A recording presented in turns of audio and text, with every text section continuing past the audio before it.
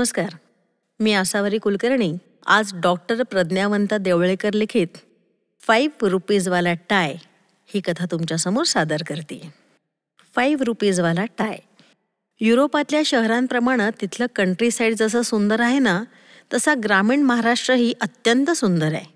आईबाबांच्या नोकरी आणि बदल्यांच्या निमित्तानं इथल्या कुडाच्या, मातीच्या, धाब्याच्या, पत्र्याच्या अशा सगळ्या घराच्या प्रकारांमध्ये राहण्याचं भाग्य आम्हाला मिळालं.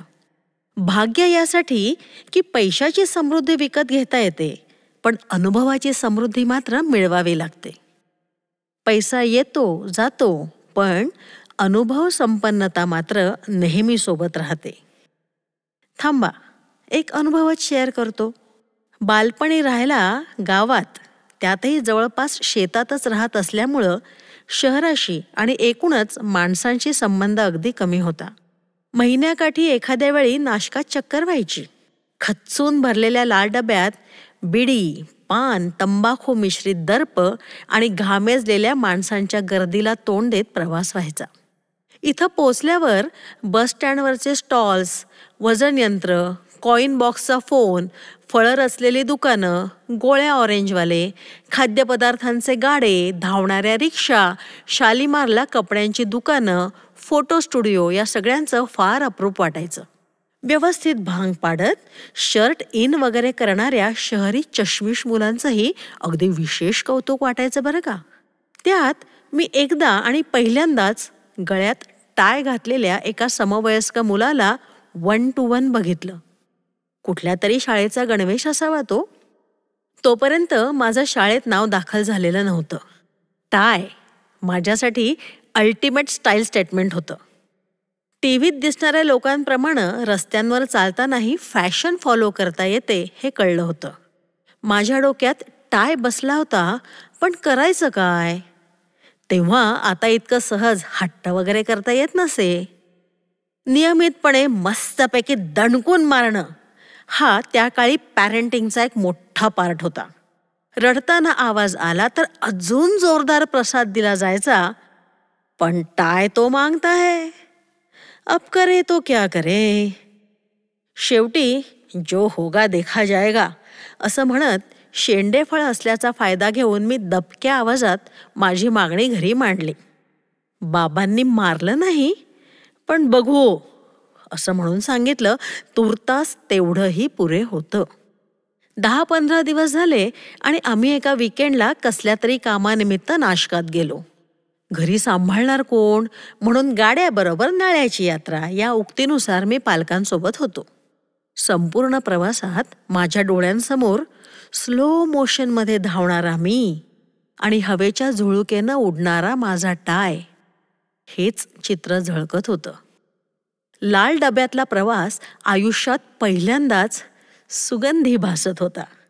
सिडकोतल्या नातलगांच्या भेटीगाठी, टिळक पथावरच्या बँक ऑफ बडोदातील काही कामं, मेन रोडला विंडो शॉपिंग, कालिदासला नाटक आणि 9:30च्या गाडीनं रिटर्न अशी आयटेनरी मी समजून घेतली आणि शॉपिंगच्या वेळेस टायचं रिमाइंडर द्यावं असं मनोमन ठरवलं. शेवटी तो क्षण आला ज्याची मी अगदी उत्सुकतेनं अति उत्सुकतेनं वाट बघत होतो. शॉपिंग सुरू झालं होतं.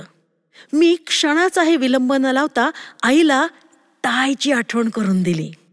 बाबाने नेहमीप्रमाणे आता नको, पुढच्या वेळेस बघू असं म्हणून तत्काळ माझी मागणी धुडकावून लावली. मी हिरमुसलो. माझी स्वप्न धुळीला मिळाली. स्वप्नातला स्लो मोशनमध्ये उडणारा टाय कुठल्या तरी वावटळीसरशी दूर आकाशी उडून गेला. त्यानंतर आम्ही कुठल्याशा तरी हॉटेलमध्ये शिरलो.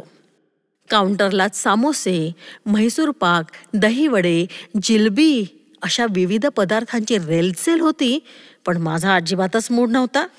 मी काहीही खाणार नाहीये, मी उरावर दगड ठेवून घोषित करून टाकलं. ठीक आहे असं म्हणत घरच्यांनी त्याचाही पचकाच केला. मी देहबोलीतून शक्य तितकी नाराजी दाखवण्याचा प्रयत्न करत होतो, पण कोणी माझ्याकडं बघतही नव्हतं.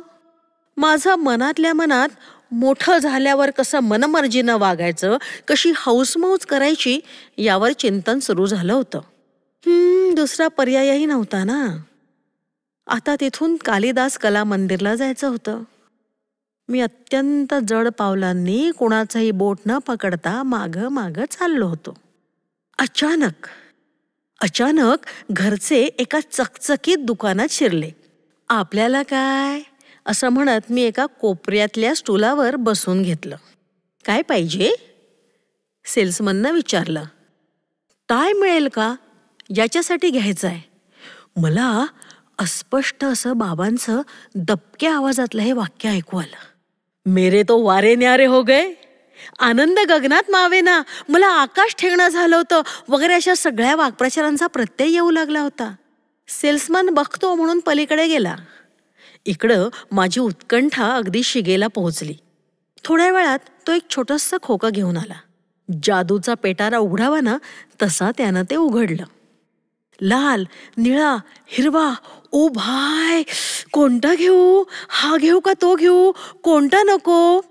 ह्या सगळ्या विचारांच्या गर्दीत मी तपकिरी रंगाचा टाय फायनल केला.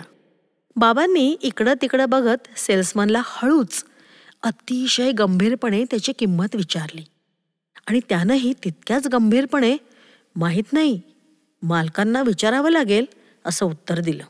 50 रुपये? 100 रुपये? किती असावेत? आमच्या अख्ख्या खानदानात कुणी स्टुडिओत फोटो काढायला गळ्यात घातलेला चकटफू टाय सोडून टाय बघितला सुद्धा नव्हता. नोकरदार माणसांचं बजेट, छोट्या मोठ्या गोष्टींनाही हलतं, हा तर टाय होता. मासिक घरभाडं 100 रुपये होतं.